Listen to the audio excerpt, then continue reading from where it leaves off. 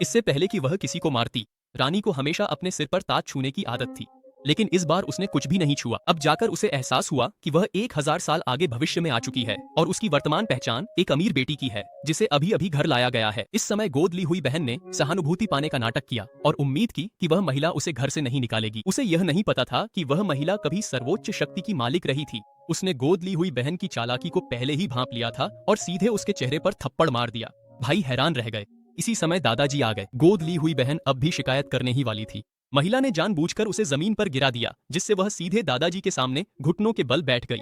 महिला जानती थी कि दादाजी ही परिवार के असली मुखिया हैं। वह तुरंत विनम्र और शांत हो गई। उसने समझाया कि उसने गोद ली हुई बहन को इसलिए अनुशासित किया क्योंकि उसे डर था कि बाहर वाले कहेंगे कि परिवार ने असली बेटी मिलने के बाद गोद ली हुई बेटी को छोड़ दिया है, जिससे परिवार की प्रतिष्ठा को नुकसान पहुंचेगा। उसने कहा कि वह दादाजी के कहने पर गोद ली हुई बहन को उचित व्यवहार सिखा रही है। जब दादाजी ने यह सुना तो उन्होंने महिला की प्रशंसा की और नौकरों को निर्देश दिया कि उसके लिए जल्द से जल्द एक कमरा तैयार किया जाए। नौकर ने कहा कि फिलहाल केवल एक गेस्ट रूम उपलब्ध है। गोद ली हुई बहन ने एक बार फिर दिखावा किया कि वह अपना खुद का कमरा छोड़ रही है। उसे विश्वास था कि दादाजी मना कर देंगे। अप्रत्याशित रूप से महिला ने जवाब दिया, चाहे गेस्ट रूम कितना भी बड़ा हो, वह फिर भी बाहरी लोगों के लिए ही होता है। जब दादाजी ने यह सुना तो उन्होंने सहमति दी कि महिला को गोद ली हुई बहन के कमरे में रहने दिया जाए। दादाजी के चले जाने के बाद भाइयों ने चेतावनी दी, जन्म के समय हुई अदला बदली तुम्हारी गोद ली हुई बहन की गलती नहीं है, अपनी झुंझलाहट उस पर मत निकालना। महिला ने कहा कि उसे हमेशा गोद ली हुई बहन के माता पिता द्वारा परेशान किया गया है। फिर उसने अपने शरीर पर लगी चोटें दिखाईं। उसकी बातें भाइयों को सचमुच छू गईं। सबसे बड़े भाई ने $5 मिलियन उधार लिए ताकि उसकी भरपाई कर सके और कहा कि वह जो भी मांग रखेगी उसे पूरा किया जाएगा। महिला ने इस मौके का फायदा उठाया और उसे पारिवारिक व्यवसाय में काम करने का सुझाव दिया। 1000 साल बाद भी वह सत्ता के शिखर पर रहना चाहती थी। महिला के पहले कार्य दिवस पर गोद ली हुई बहन ने इंटर्नशिप के लिए अनुरोध किया।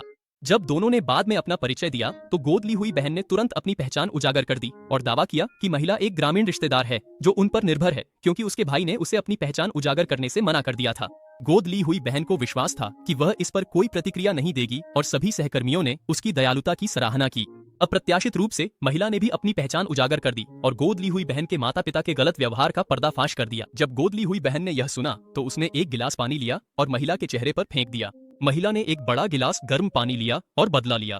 गोद ली हुई बहन अपने दोस्त, जो मैनेजर था, के पास शिकायत करने के लिए दौड़ गई। जैसा कि अपेक्षित था, मैनेजर ने अपनी सत्ता का इस्तेमाल कर उसे दबाने की कोशिश की। महिला ने सीधे दरवाजे पर लात मारी। मैनेजर ने सबके सामने उसके चेहरे पर थप्पड़ मारा। महिला ने तंज कसते हुए कहा, मैं कंपनी के मालिक की बहन हूँ, मेरे आदेशों का पालन करो।